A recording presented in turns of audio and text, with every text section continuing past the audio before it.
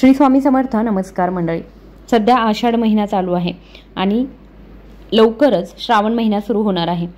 अमावस्या झाली की श्रावण महिन्याला सुरुवात होणार आहे आणि ही अमावस्या जी आहे तिला दीप अमावस्या असं म्हटलं जातं, कारण या दिवशी दिव्यांचं पूजन सुद्धा केलं जातं.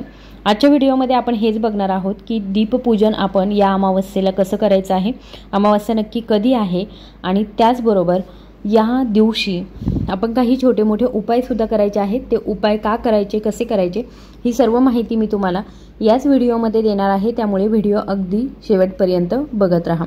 आपल्या हिंदू धर्मामध्ये आषाढ महिन्याला खूप महत्त्व दिलं जातं. आषाढ महिन्यामध्ये बरेचसे सणवार येतात आणि श्रावण जर आला तर मग खूप जास्त सणवार येतात. श्रावण महिन्याची चाहूल म्हणू किंवा मग श्रावण महिन्याची सुरुवात म्हणून आषाढ महिन्यामध्येच जी अमावस्या येते तिला आपण दीप अमावस्या म्हणतो आणि दिव्यांचं पूजन करतो.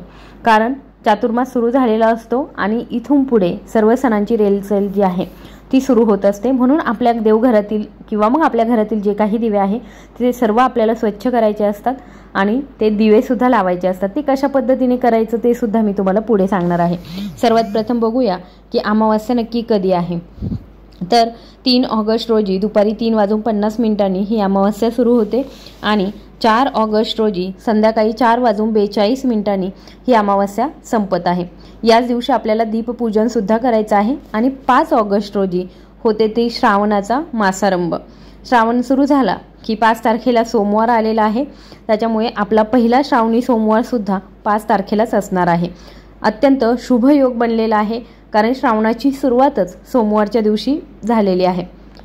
तर आता बघा, श्रावण महिन्याचा पहिला जो दिवस आहे किंवा श्रावण महिना सुरू होण्याचा अगोदरचा जो दिवस आहे, आदला जो दिवस आहे, तर त्या दिवशी जी अमावस्या येते तिला आपण दिव्यांची पूजा करतो.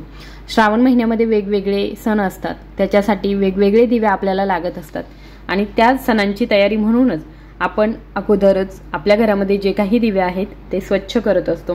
त्याचबरोबर दीप अमावस्या म्हटलं की मुलांना ओवाळलं जातं. तर ते का ओवाळलं जातं हे सुद्धा आपण बघणार आहोत. दीप अमावस्येच्या दिवशी भगवान शंकर, पार्वती आणि कार्तिकेय यांची पूजा केली जाते. या दिवशी भगवान शंकरांचे काही भक्त व्रतही ठेवतात. काही ठिकाणी महिला आषाढ अमावस्येला तुळशी किंवा मग पिंपळाच्या झाडाला 108 प्रदक्षिणा करतात. या दिवशी पितरांना तर्पण करून पुरणाचा नैवेद्य दाखवल्यास पितर प्रसन्न होतात असं मानलं जातं. गरुड पुराणानुसार जे आषाढ अमावस्या व्रत करतात, पूजा करतात आणि दान करतात त्यांना सर्व प्रकारच्या दोष व पापांपासून मुक्त केले जाते. या दिवशी आपल्या पूर्वजांच्या नावाने दान करणं अत्यंत शुभ मानलं जातं. या दिवशी उपवास ठेवला तर मृत पूर्वजांच्या आत्म्यास शांती मिळते असं सुद्धा म्हटलं जातं. या दिवशी जर आपण काही झाडं आपल्या आजूबाजूला लावली तरी सुद्धा ग्रहदोष शांत होतो असंही म्हटलं जातं. या दिवशी पिंपळ म्हणा, केळी म्हणा, लिंबू म्हणा किंवा मग तुळशीचं रोपटं सुद्धा आपण लावू शकतो. या दिवशी गंगा स्नान आणि देणगी देण्यालाही फार महत्त्व आहे.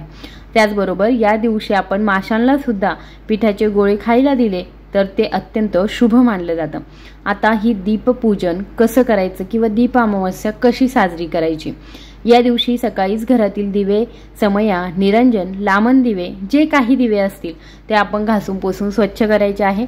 ज्या पद्धतीने आपण दिवाळीला सर्वच दिवे करतो, मग ते मातीचे असू देत, तांब्याचे, पितळेचे, जे कोणते असू देत, आणि ते दिवे चकचकीत करून एका पाटावरती मांडायचे, त्यांची पूजा करायची, पाटाभोवती रांगोळी काढायची, फुलांनी सजावट करायची, सर्व दिव्यांमध्ये तेलवात लावून प्रज्वलित करून ही दीपपूजा आपण करायची आहे. काही ठिकाणी ओल्या मातीचे कणकेचे दिवे करून त्यांची ही पूजा केली जाते. त्यांना हळद, कुंकू, अक्षता, फुलं वाहून त्यांची पूजा होते. अनेक जण कणकेचे उकडलेले गोड दिवे सुद्धा बनवतात आणि त्यांचा नैवेद्य सुद्धा दाखवतात आणि सायंकाळी सर्व दिव्यांची आरती सुद्धा केली जाते.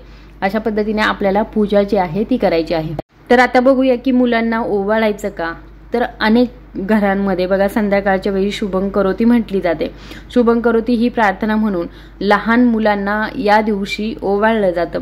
लहान मुलं हे वंशाचा दिवा असतात आणि त्याचबरोबर म्हणजे मुलं आणि मुली हे दोघंही वंशाचा दिवा असतात आणि ही प्रथा आपल्याकडे पूर्वापार चालत आलेले आहे. आपल्या हिंदू संस्कृतीमध्ये दिव्याला फार महत्त्वाचं स्थान असतं आणि घरातील इडापिडा टळावी, अज्ञानाचा अंधकार दूर व्हावा आणि दिवा प्रकाश देतो तसा ज्ञानाचा प्रकाश सर्वांच्या आयुष्यात पडावा या प्रार्थनेसहित दिव्यांची मनोभावे पूजा देखील केली जाते. तर आता या दिवशी काय उपाय करू शकतो? तर असं म्हटलं जातं की दीप अमावस्येला भगवान शंकरांची खऱ्या मनाने पूजा करावी, त्यांच्यावरती महादेवाची कृपादृष्टी कायम राहते। सर्वात पहिला आणि महत्त्वाचा उपाय काय करायचा आहे की अमावस्या तिथीला आपल्याला पिंपळाच्या झाडाखाली एक तेलाचा दिवा लावायचा आहे आणि दिवा लावताना त्यात आपल्याला लवंग टाकायचे आहे। यानंतर पिंपळाच्या झाडाची प्रदक्षिणा करताना आपण ओम नमो भगवते वासुदेवाय या मंत्राचा जप करायचा आहे। आता आपल्याला 108 वेळा शक्य असेल तर ते करा, 11 वेळा शक्य असेल तर ते करा, काही नैवेद्य घेऊन जाणं शक्य असेल तर ते करा। यामुळे आपले पितृदोष दूर होत जातात।